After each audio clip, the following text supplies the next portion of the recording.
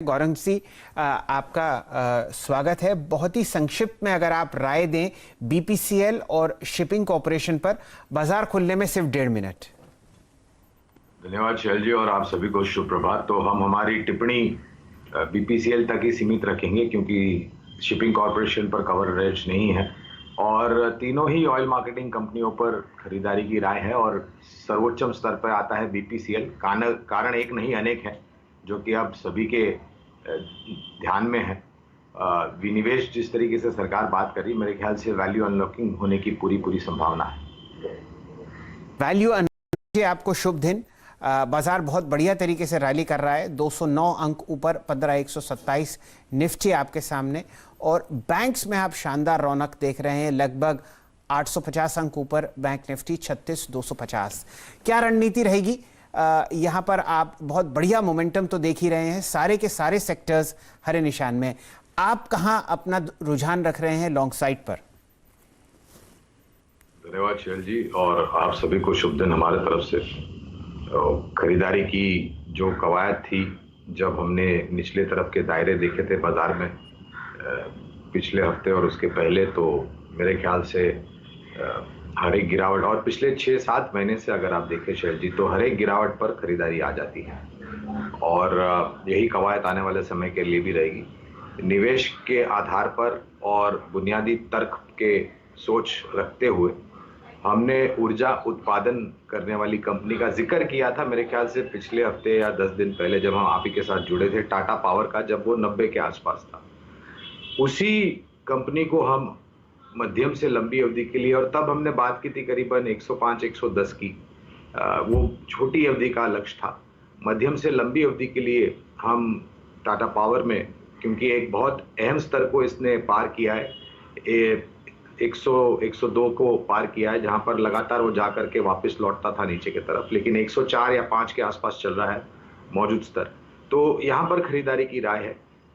मध्यम लंबी अवधि में आप इसको 135 तक जाता हुआ दिखेंगे।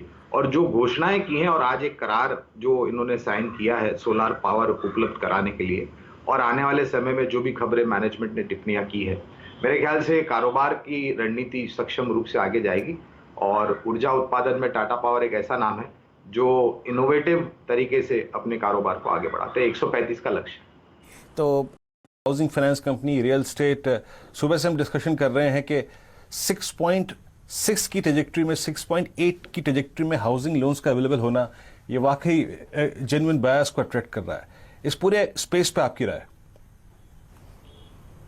तो वीरेंद्र, मेरे ख्याल से ब्याज दरें अब बॉटम आउट हो चुकी है और यहीं पर रहेगी। मुझे नहीं लग रहा है कि ब्याज दरों में आपको किसी भी तरह के ऊपर के तरफ के दायरे देखे जाएंगे, और संभवतः ये है कि आने वाले समय में शायद अगर परिस्थिति और माहौल बरकरार रहा और साथ दिया, तो शायद थोड़ा बहुत और घट सकती है ब्याज दरें। हाउसिंग फाइनेंस कंपनी में हमारी पसंद होगी HDFC limited, LIC housing finance और कैनफिन होम्स। MFC यानी कि माइक्रो फाइनेंस में AU स्मॉल फाइनेंस सबसे प्रथम श्रेणी पर आता है। डाइवर्सिफाइड फाइनेंस कंपनीज में हमें L&T फाइनेंस अच्छा लगता है, और कृषि, ग्रामीण भारत और कृषि क्षेत्र को ध्यान में रखते हुए जिस तरीके से कामकाज महिंद्रा एंड महिंद्रा फाइनेंस कर रही हैं, ये कंपनी अच्छी लगती हैं।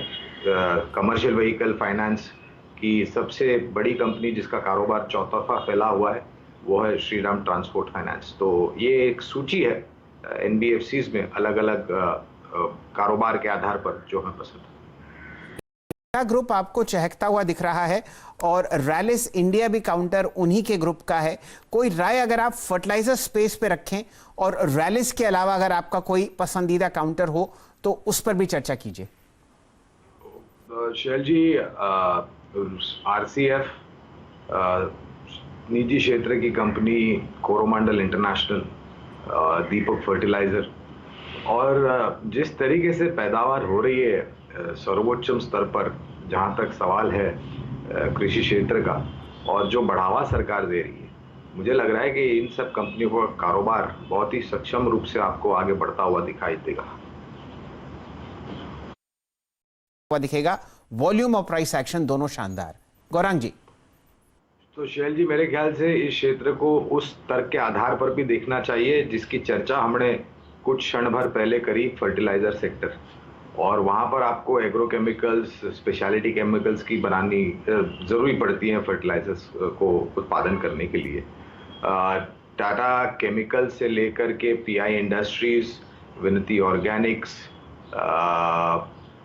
आरती इंडस्ट्रीज, पिडिलाइट, यूपीएल, और जो एक निर्णय सरकार ने लिया है, जहां तक सवाल है चाइना से जो भी इस क्षेत्र को लेकर के या जोड़ करके जो कच्चा माल आता था और वहां पर कुछ तरीके की नीतियों को परिवर्तन करके भारत में बनाइए, भारत में आइए और भारत में बनाइए की चर्चा की है, इन सब कंपनियों के उस तर्क के आधार पर भी फायदा मिल सकता है। जी, यूपीएल याद